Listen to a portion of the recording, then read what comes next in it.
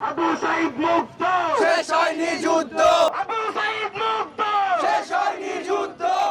জুলাইয়ের সেই স্লোগান নিয়ে আবারও রাজু ভাস্কর্যের পাদদেশে অভ্যুত্থানে আহতরা। এবারের দাবি সে সময়ে ক্ষমতায় টিকে থাকতে গণহত্যা চালানো আওয়ামী লীগকে নিষিদ্ধ করা।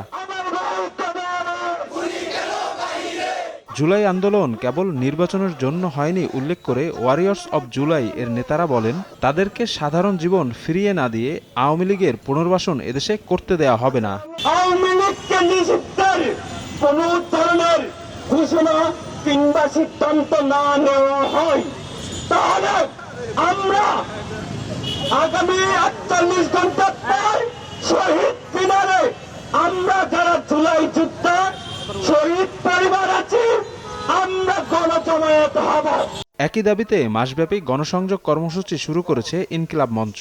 শনিবার রায়েরবাজার কবরস্থানে জুলাই শহীদদের কবর জিয়ারত করে লিফলেট বিতরণের মধ্য দিয়ে শুরু হয় কর্মসূচি। ইনসেক্ট রিপেলেন্ট মাস্টার ব্যাচ যুক্ত আরএফএল ওয়াট্রো, কাপড় যত্নে রাখার নাম্বার 1 সলিউশন। গণহত্যাকারী দল আওয়ামী লীগকে অতি দ্রুত বিচারিক কার্যক্রমের মধ্যে নিষিদ্ধ করতে হবে। এইটা এক্সিকিউটিভ অর্ডারে না, এইটা সরকার গণভোটের মাধ্যমে দিবে, যাতে এইটার ম্যান্ডেট জনগণ দিতে পারে। জনতার আদালত বলবে যে আওয়ামী লীগ নিষিদ্ধ চাই।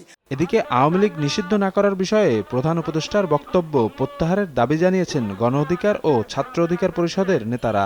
জাতীয় প্রেস ক্লাব ও ঢাকা বিশ্ববিদ্যালয় এলাকায় পৃথক 2 কর্মসূচিতে এসব কথা বলেন সংগঠনের নেতারা। আওয়ামী লীগ কোনো দল নয়, আওয়ামী লীগ একটি খুনি মাফিয়া এবং একটি গণহত্যাকারী গোষ্ঠী। ঢাকার বাইরে চট্টগ্রাম, ব্রাহ্মণবাড়িয়া, মৌলভীবাজার সহ বিভিন্ন এলাকায় একই দাবিতে কর্মসূচি পালন করেছে বিভিন্ন সংগঠন। শফিক মুন্সি, সময় সংবাদ, ঢাকা।